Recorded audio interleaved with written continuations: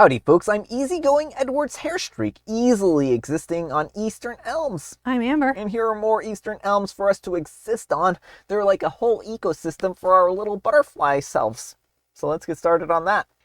And folks, if you're new to this channel or you're a recent subscriber, then welcome. This is a show where we teach you how to be the worst parent in the world. I mean, you can extrapolate that from our stories, but that's not what we teach you. That's not our goal. This is our goal. No. We hope to instill these morals on you. Let's get started. All right, folks, and our first letter is titled, Am I a Jerk for Not Giving My Daughter $13,000?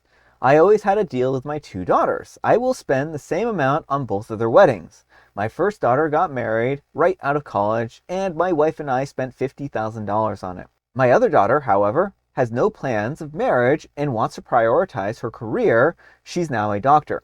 Although she has been in a committed relationship for almost a decade now, her and her boyfriend do not want a big fancy wedding, even if they do get married. And so my wife and I came up with a plan after she graduated college, before she entered the medical school. We would give her the same amount that we gave our oldest daughter, $50,000, to spend on whatever she wants, as long as it's for the betterment of her life. She could use it for things like a down payment on a house, a new car, more schooling, etc. She always agreed to this stipulation.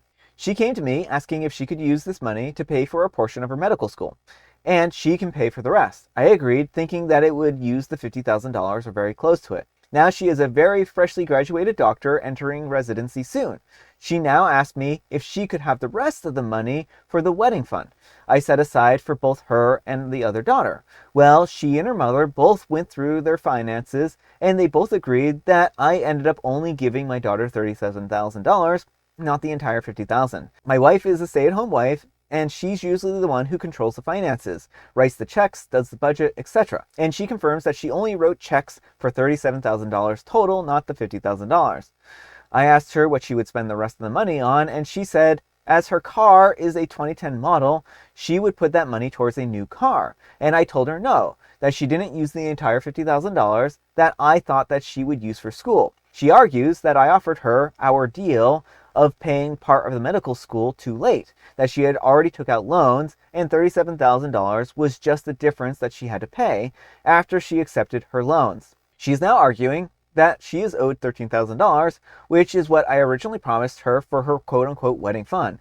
She is also saying that it's not fair that her sister got the entire $50,000 for her wedding, but because she is choosing not to get married, she is not getting the same amount of money that her sister got that was originally put aside for her. Am I the jerk for not giving my daughter the rest of the money? I know that I promised her the full $50,000, but I thought that she would use it all at once and not have any left over. My wife is on my side, saying that I don't owe my daughter anything, as we paid for her insurances, car, and health, and let her live at home rent-free during medical school, and that's good enough as the difference. My married daughter, however, is saying that it's not fair to her sister and that I should give her the money so that she can buy her car and not have a car payment as a resident.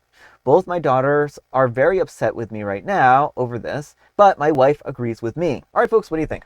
Yeah, OP, I think you're being really weird about this. Like, you said originally that she could use the money for a car if she wanted to. Mm-hmm. She used a chunk for her residency, and now she wants to upgrade her car, and you're like, no, too bad, so sad. Because they didn't use it all at once.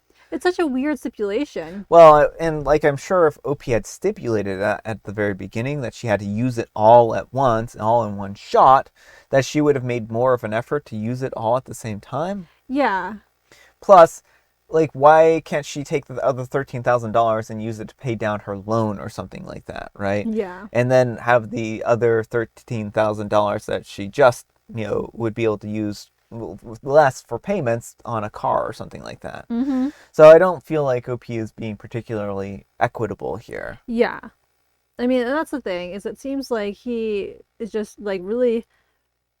I don't even understand why he's so hung up on her not having the money now, because it doesn't sound like he ever made it clear that you have to spend all 50 grand in one shot. Mm-hmm.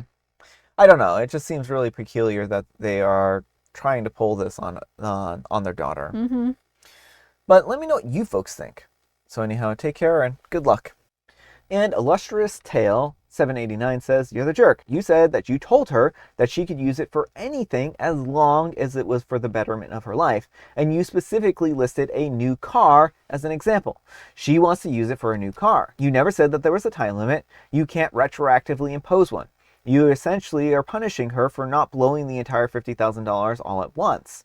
I think that she's making a smart decision by not spending it all at once. Sure, she could have graduated debt-free, but how will she get to her job if that 2010 car breaks down and she doesn't have the money to buy a new one?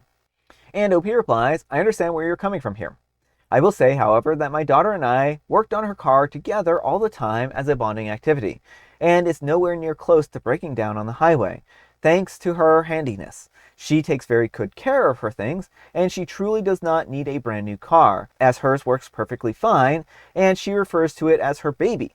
I don't know the ins and outs of her finances, but she does seem to be doing well and talks about how she has enough savings to almost buy a new car outright. I think that it's more so that she wants the money for a new car if she needs one day, but in that case, I think that I would just go with her and write the check for the difference there when she buys it, rather than just give her the money outright. I do see how that can be flawed reasoning, though.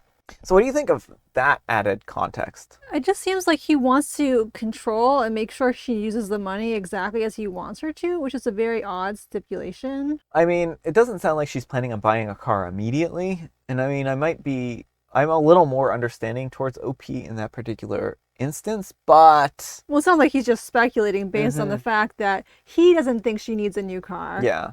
But whether or not he thinks that she needs a new car or not isn't really relevant here. She wants to get a new car, and he promised them the money to get a new car, right? It sounds a little bit like he's like jealous of her financial situation, because it sounds like she does have a good set of money, and so he doesn't want her potentially stockpiling some of that money. Well, that's, I think, what he's thinking she's going to do, is she's just putting the money into an account or something like that. And Ali OK 93 says, so why are you okay with helping her with a car in the future instead of right now when the money isn't an issue? It sounds like a control thing. And Fuzz Inspector says it definitely is. He doesn't want to give her the money, but is fine with paying at a dealership. He wants to control the money.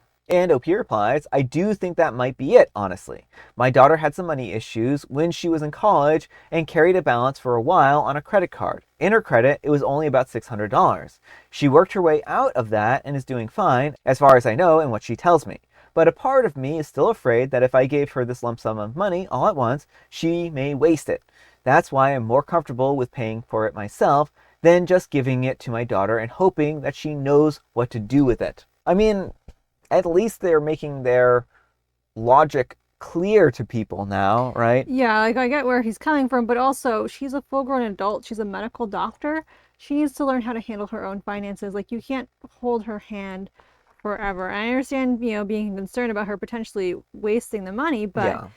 It's her life and she needs to learn how to do these things. Yeah, I mean, certainly, I think the fact of the matter is that her college loans are probably well more than the $13,000, right?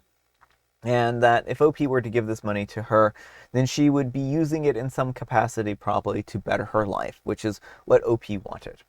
And again, like you mentioned, she's a doctor, and it's also maybe that after that credit card instance, she learned her lesson and is going to be more financially responsible. But OP shouldn't be quite so controlling, I feel like, but it is, I understand their concern, and parents, it is a prerogative of a parent to be concerned about their children. And Scarlett, not that one, says, you're the jerk.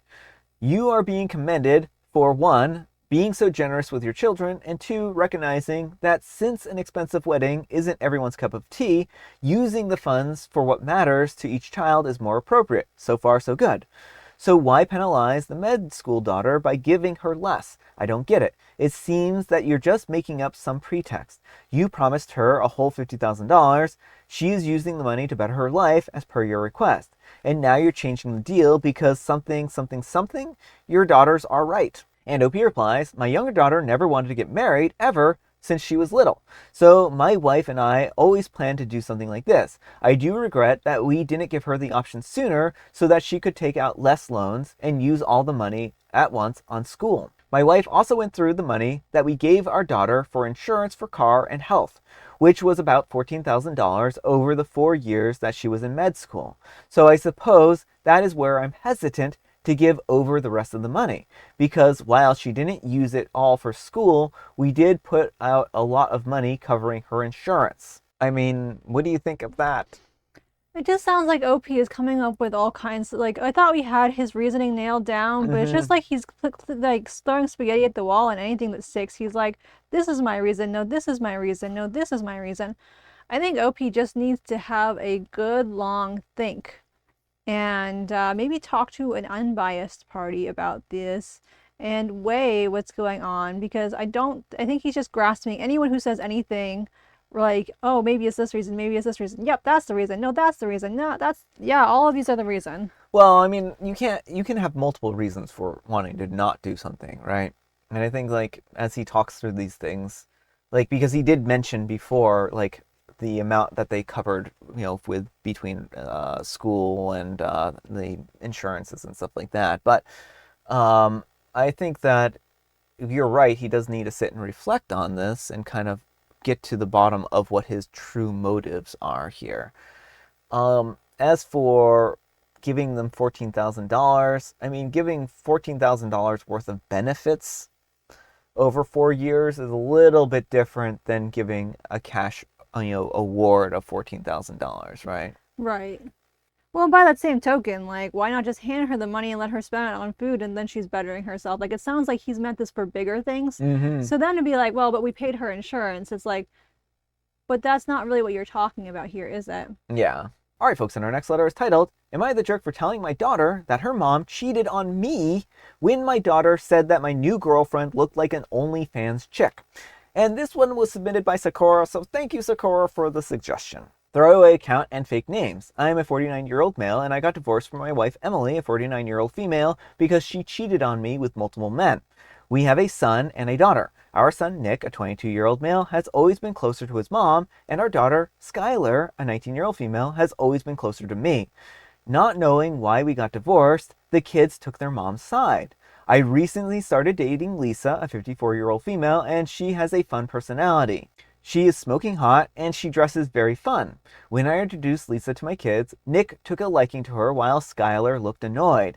Days later, Skylar said that Lisa looked like an OnlyFans chick. If you knew Skylar, you would be shocked that she would use this as a way to insult another woman. I told her that her mom, Emily, was the one who cheated on me, and that I met Lisa after the divorce. Skylar got quiet and said, oh.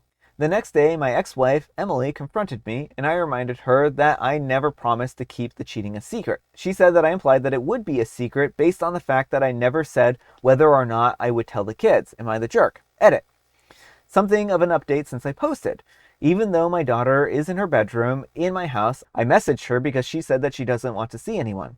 She sent me a very, very long message that she had written beforehand. In the message, my daughter admitted that her mom and her maternal aunt said those things about Lisa. She said that she's embarrassed that she repeated those awful things. She said that she thought that I was the one who cheated on her mom. She said that she thought that I had cheated on her mom with Lisa specifically.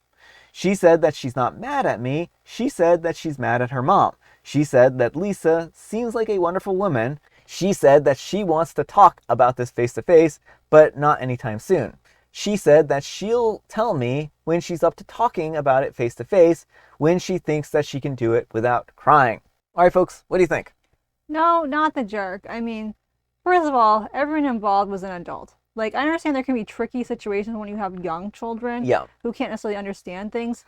Everyone's an adult, and even if there was kind of like, we have never even agreed not to tell the kids. She's just like, well, you didn't say you basically implied that you were keeping it secret, and it's like, so that's the thing, is like, I feel like this one's pretty cut and dry. Like, no, one, he never even agreed to it. Two, like, the kids are all adults. They're old enough to understand that kind of thing. Yeah.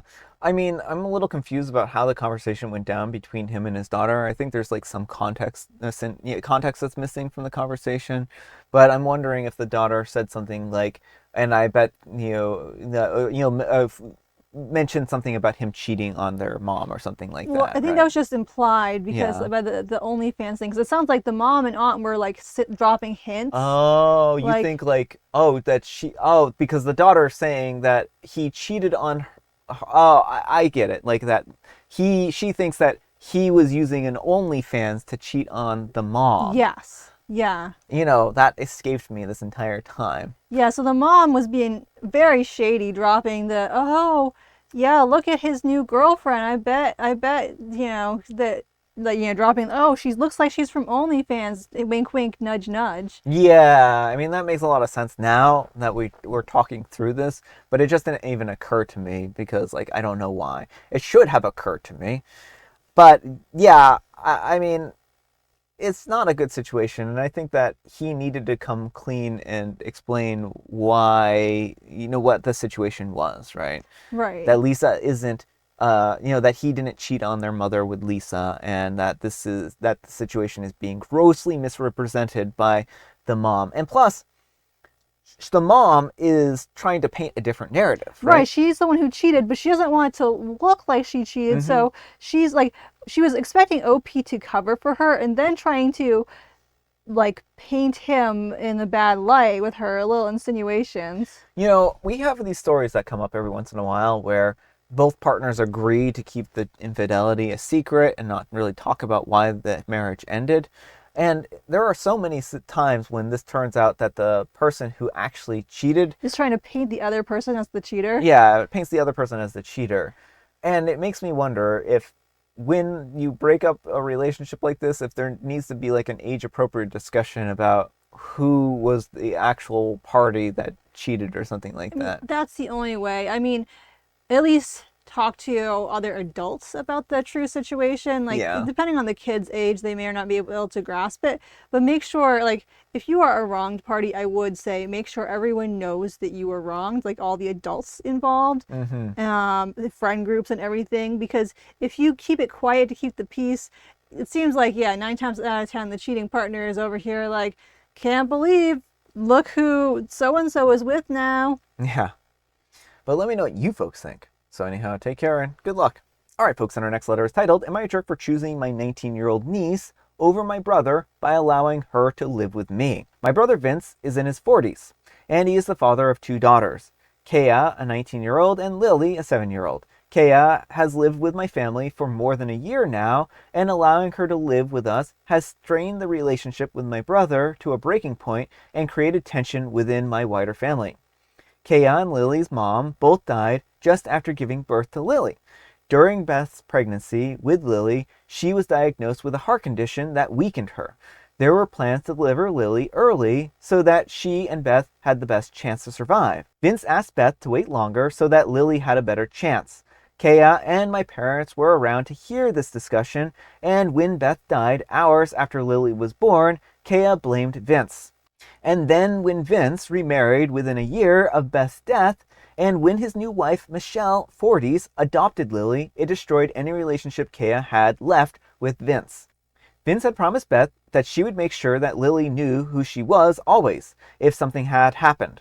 But after Michelle adopted Lily, they began talking like Michelle was her biological mother. Michelle would tell Lily, even as a young toddler, that the day that she was born was the best day of her life, or how happy that she and Vince were when they had Lily. There are people who were under the assumption that Kea's mom died and that Lily was Michelle's biological child. Kea fought a lot with Vince and Michelle. She told her dad that she hated him and that he betrayed her mom. She blamed him for her mom's death, shamed him for erasing and replacing Beth with Michelle, and giving her mom's daughter to Michelle.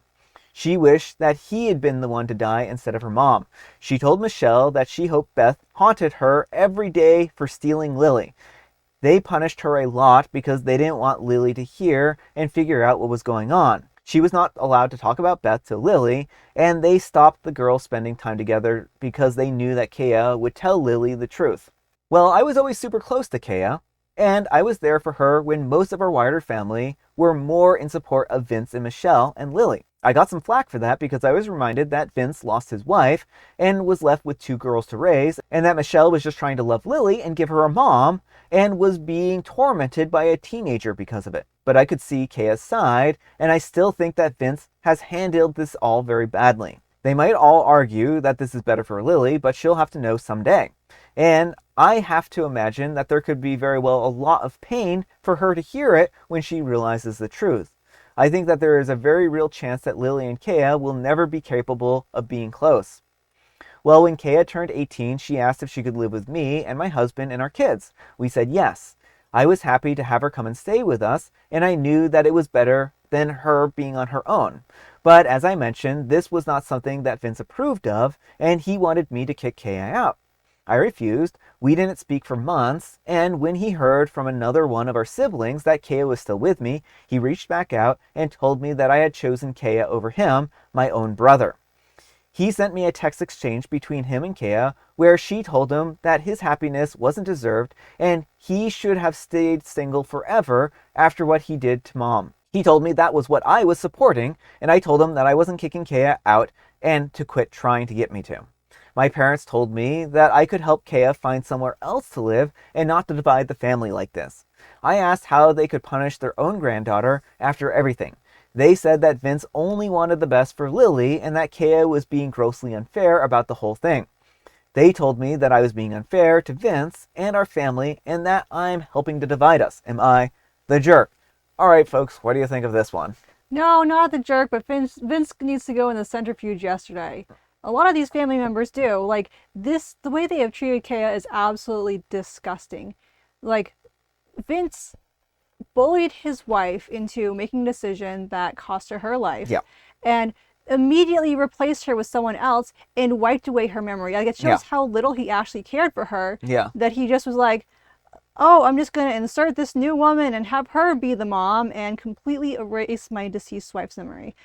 That is absolutely despicable. And then he, like, basically, since his older daughter isn't willing to go along with this disgusting narrative, he, like, repeatedly punishes a literal child and then, like, expects her to be thrown to the streets. Yeah. OP isn't the one dividing this family. Yeah. Kaya lost her mom. Mm-hmm. And everyone's acting like Vince's feelings are the only ones that matter here. Mm-hmm. Kaya's feelings matter too. And right? they matter more. Like, Vince is just heartless. Like, she was the child in all of this. He was the adult. It was his responsibility to make sure his children were cared for, and he didn't do that. Well, and the fact of the matter is that he made a promise to his late wife that he would always remember and you know, cherish her memory and all these kinds of things. And that hasn't happened at all. No. And I mean, I just feel so bad because, again, like, there was a plan to, you know, deliver the kid early so that they would be able to both survive, and he was like, we should choose the life of the child over the life of the mom. And, like, certainly if that was her own decision that she made and wasn't pressured into, that's certainly, like, a choice that every mother has to make, right? And not every mother, but, you know, that sometimes people have to make, right? But it kind of sounds like he pushed her into doing this, and that this wasn't exactly what she wanted to do, and that she was fine with the plan where they both had a chance of survival, right? Right. And I mean, I think it's just tremendously sad, all the damage this man has done and continues to do, right? And I don't understand how a single person in that family is by his side. Like, he's just behaved absolutely abhorrently. OP, honestly, it might be best to just go no contact with your family, because they are all such horrible, horrible people. Anyone who can see what he has done, that he let his wife die, intentionally talked her into taking a more risky chance, that he completely erased her memory as soon as she was in the ground, and has been repeatedly lying to his younger daughter about her circumstances of birth, that he abandoned his older daughter. Like, none of this is excusable. These people are all bad people. They all need the centrifuge. Well, also, they're complicit, right? Yeah. Because they're not telling Lily the truth about the situation, right? And Lily deserves to know. Yeah. And like OP's mentioned here, they're very concerned about what happens when this finally comes out, because it's going to come out, right? Someday, Lily is going to find out about their mother. And there's no amount of, oh, well, Michelle was always there for you, blah, blah, blah, that's going to heal that when she does finally find out that they've erased the memory of this other person who was their mom, who sacrificed their life so that she could be born, right? Like, that's going to be a pretty powerful statement, right? And I hope that she hears that. Yeah. Like that. Like, I don't know how she's gonna find out, and I just hope that Vince and Michelle aren't able to sweep it under the rug and just be like, "Oh yeah, she never mattered." Like, she made the choice to give her own life for Lily, and she deserves to be remembered. Oh, absolutely, absolutely. These people make me sick. It's really what it boils down to. They Yeah. really do. They really do. But let me know what you folks think. So anyhow, take care and good luck. All right, folks, it is tea time. Grab your beverages of choice. I've got some tea right here, and Amber, she has a joke. What style of dress do you get from a sea siren? Oh, well, I imagine the style dress that you get from a sea siren is probably a very seductive one, and if it's probably one that teaches you how to seduce men and cause them to be driven mad and to run their boats against the coast, and hopefully for people like the father in the last I was thinking the last same story. thing. Like, maybe you can bring this around Vince. Vince, yes, Vince is his name. That's a terrible thing for me to say. I feel horrible for saying it. I really do. What kind of dress? A mermaid cut. Oh, a mermaid cut. I like that. And That's a good one. Today is Wear a Dress Day. Ooh. And it's also National Nail Polish Day. No? It's also the first day of Pride Month. There's a lot of things that are going on. So make sure to do all those things. Put on some fancy nail polish, grab your favorite dress, and go do a pride parade or something. And I have Earl Grey. All right, folks, that's all the time we have for today. Thank you so much for watching. Happy special Sunday, folks. I hope this Sunday is as special for you as it is for me. And you know what makes it special? You do, and Amber does too. And Brian does too. Amber, we need some kind of moral advice and or guidance, and please have it on how not to be the worst parent in the world. Don't be Vince. Don't be Vince. Like, everything he did for parenting wise is just absolutely awful. Like, he is a textbook in how not to handle this kind of situation. Yes. But thanks so much for watching, and we'll see you all tomorrow. Bye.